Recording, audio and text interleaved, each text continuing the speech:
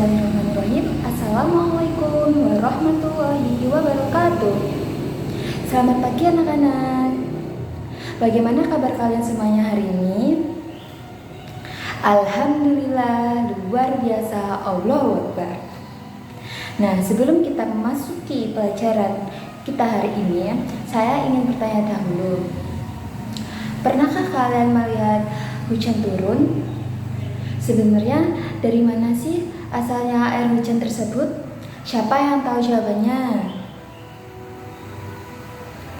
Wah, jawabannya bagus semua ya.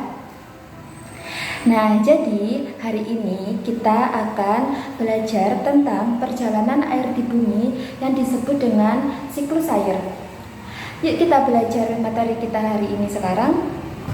Anak-anak, air tidak akan pernah habis karena air akan terus berputar atau terus berulang melalui suatu proses yang disebut dengan siklus air.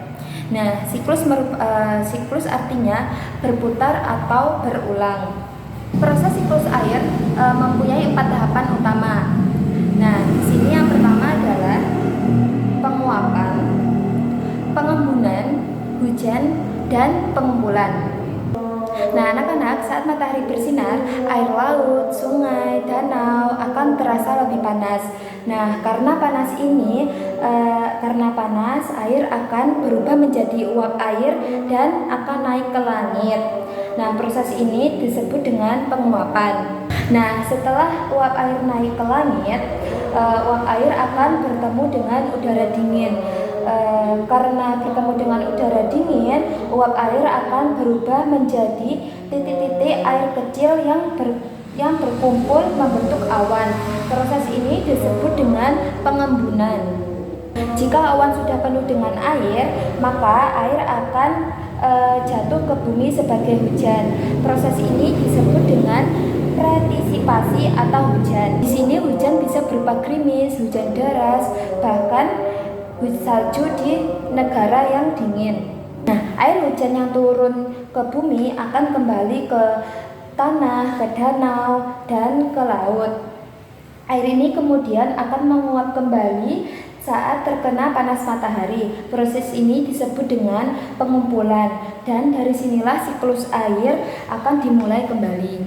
Jadi anak-anak, siklus air adalah proses perputaran air dari bumi ke langit lalu kembali lagi ke bumi secara terus-menerus. Nah, di sini saya akan memberikan contoh percobaan sederhana kecil. Nah, perhatikan ya. Di sini saya mempunyai di dalam piring ini saya mempunyai air dingin. Lalu gelas ini akan saya kasih air panas. Nah, air panas akan menghasilkan uap.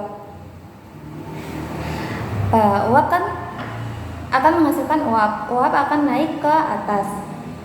Nah, di sini saya mempunyai tutup gelas. Di sini anggap saja tutup gelas ini seperti awan ya. Lalu saya tutup. Karena uap air ini tadi panas, maka uap air ini akan naik ke langit. Nah, dan setelah itu uap air akan bertemu dengan udara dingin. Karena bertemu dengan udara dingin, maka uap air akan berubah menjadi titik-titik air kecil yang membentuk awan. Nah, jika awan sudah penuh dengan air, maka air akan turun ke bumi sebagai hujan. Nah, lihat di bawah tutup gelas ini terdapat titik-titik air.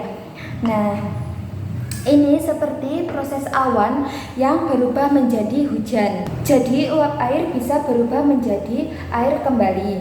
Sekarang siapa yang bisa mengurutkan tahapan siklus air tadi yang sudah saya jelaskan?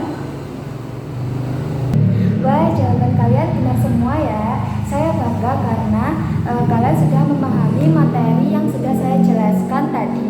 Baik anak-anak, hari ini kita sudah belajar tentang siklus air, yaitu proses perputaran air di bumi yang terdiri dari penguapan, pengembunan, hujan, dan pengumpulan. dari pembelajaran tadi, kita mengetahui bahwa air selalu berputar dan sangat penting bagi kehidupan makhluk hidup. Dan jangan lupa, karena air sangat penting, kita harus menggunakannya dengan bijak dan jangan boros air maupun jangan membuang-buang air secara cuma-cuma ya. Nah, terima kasih atas perhatian kalian semuanya. Sampai jumpa di pelajaran berikutnya.